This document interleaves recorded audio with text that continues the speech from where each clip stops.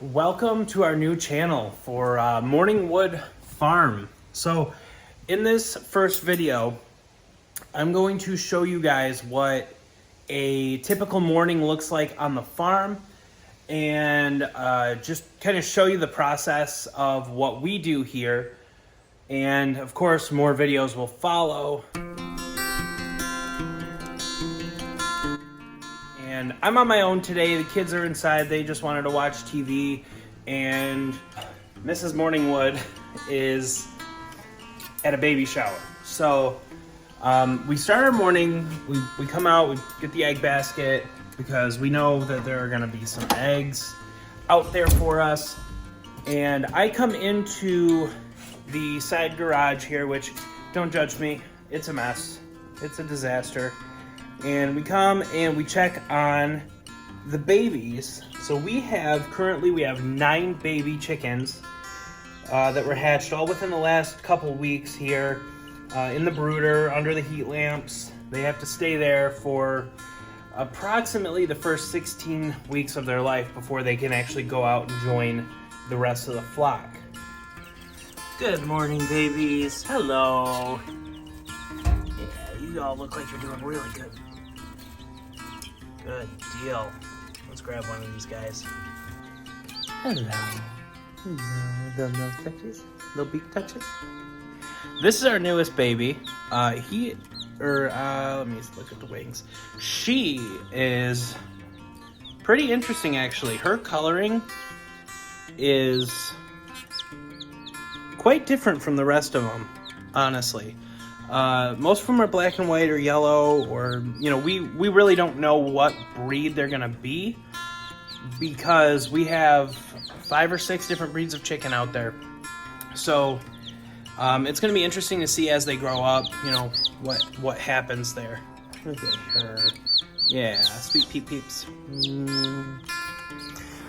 That's a no-no usually, by the way. Don't kiss your chickens. I learned that the hard way when we first got chickens. And always wash your hands after you handle chickens. Chickens are going to walk around in their own, feces and urine and stuff like that. And actually you can get salmonella from a live chicken as well. I made myself sick. So don't do that. Don't do what I did. So we can see here, this is a common thing with baby chickens. They will throw all their bedding into their water dish. And they do the same in their food too. So they're out of food. So we're gonna have to handle that in a little bit. This is the brand we use for them.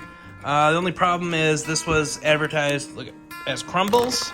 We always use crumbles for the babies, but they're pellets. So we have to manually crush that up in a blender. So we'll handle that in a little bit.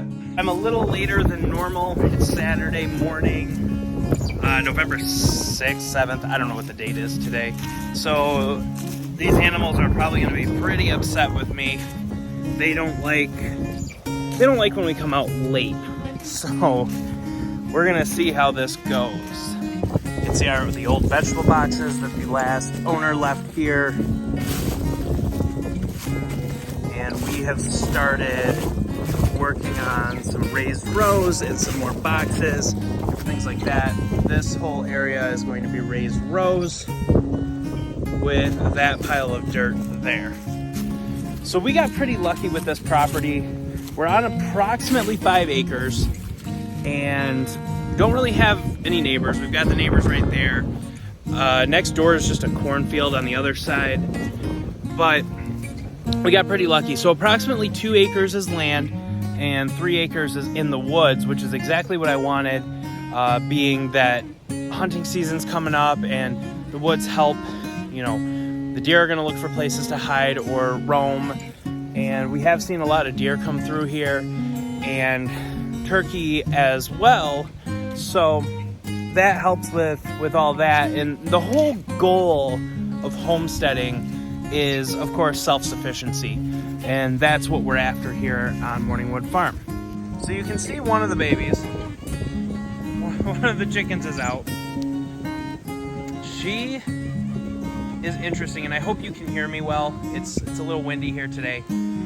But she's an interesting chicken. I don't know, honestly, I don't know how she's survived. I do not know how she has survived as long as she has. We don't know where she hides at night, but she never goes in the coop.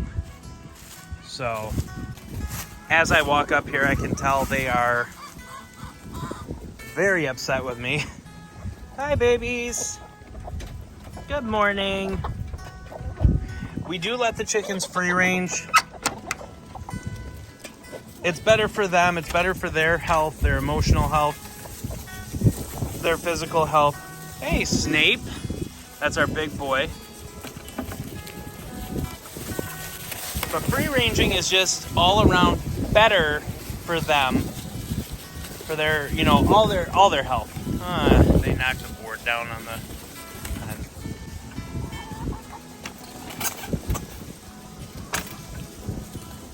So we had to redo that pen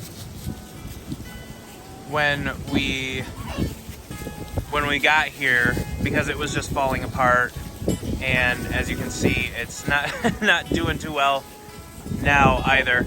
So we're gonna have to redo that again next year, but it's not a huge deal because we have all this wood over here, makeshift wood shed. I actually, Mrs. Morningwood, and yes, I do know the connotations of the name of the farm. But Mrs. Morningwood does not want this here, so I had started pulling it apart and used the boards that were running alongside this to actually build this pen. So that actually worked out really well, because when you're trying to be self-sufficient, you don't want to spend a ton of money. You're looking to save money. So, all right, we're gonna come into the chicken coop now. So this is always the first thing I do, which, I'll be honest with you, Mrs. Morningwood does take care of most everything. Okay, so this is going to be kind of gross for those of you that don't live on a homestead or a farm, but we have chickens that like to roost up here, and we found our first egg of the day. So next thing we do, we always have to be careful on the floor, especially when we come out this late. It's about 11 o'clock. I usually want to try to come out a little earlier, but we always have to be careful because they will just lay their eggs wherever they feel like it. So, then we take a look in the nesting boxes. We can see we've got quite a few eggs here. Hello, pretty baby. Hello, pretty baby. Okay, so she doesn't want to hang out. She was hiding some. So this right here, this is a very rare occurrence. So if you know anything about chickens, we got most of our chickens. Sweet girl. We got most of our chickens as chicks from the local Tractor Supply. This is one of our girls that we got. And when you get chickens like that, it's fairly uncommon for them to sit on the eggs and try to hatch them. Because over years of breeding, they have it's kind of been bred out of them.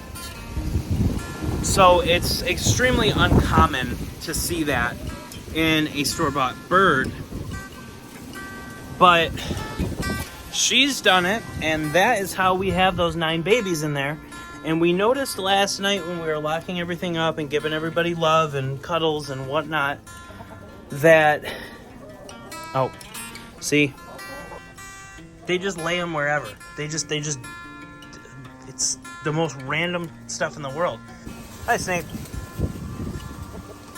So we're gonna check, because last night when we were in here, we noticed one of the eggs was pipped, which means that it's getting ready to hatch. So we're gonna see what happens here and see if she lets me get a little close. She is a very friendly bird. She loves her attention, and she doesn't usually get aggressive or anything when we try to lift her up. So we're gonna lift her up and see if we've got a baby under here. Come here, sweet girl. Come here.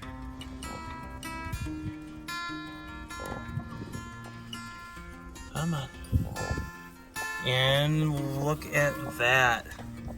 We have a baby. We have a sweet little baby. So, look at you. Hi. Hello. So we noticed that she was pecking at the babies a little bit. So we've been taking them pretty much right away. For about the first 24 hours, they can't really walk very well. So we just put them in the brooder, and they've been doing really, really well. So this one looks like it's just an Australorp, but he does, let me see, probably a girl. So she looks like she might be mixed with something else, but it's really hard to tell at this age because Australorp babies are always black and white. So you can see she's just hanging out in my hand. They're very, very chill for the first couple days, then they get a little rowdy. All right, so you might be wondering what we're keeping in this pen here. So we're gonna go in. Chicken's got a pumpkin, they've been decimating it. So we're gonna go in, you might be able to hear one of them if she gets pretty mouthy. And yeah, we started to kind of winterize. We've only got about 2 weeks or so left of what are you two doing? Putting in work, bro. Hi. Good morning. Hi, sweet girl. This is Chloe. She is a female Nigerian dwarf goat. And this is her boyfriend, Philip. Hi, Phil. Phil's a little skittish. He doesn't like people very much, not even us. Hi, good boy. So, the next thing we do is we always come in and we grab their food. And we've learned, we grab their bowl. And we've learned that we kind of have to feed them in the, hi, sweet girl. Hey, good boy. Hello. We've kind of learned that we have to put the food in their pen.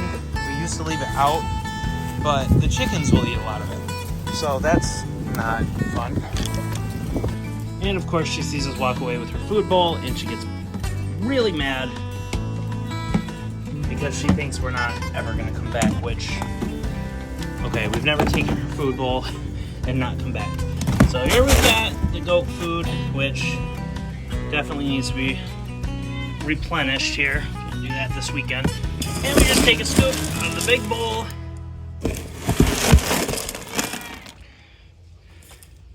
And they both get 2 meals a day. They get breakfast and they get dinner. And we can just use dog bowls. They're fine. Yeah, you can see the chickens going after them. No, this is Philip's. Philip gets more food because he's a big boy. There you go, Phil. See, like I said, he'll run.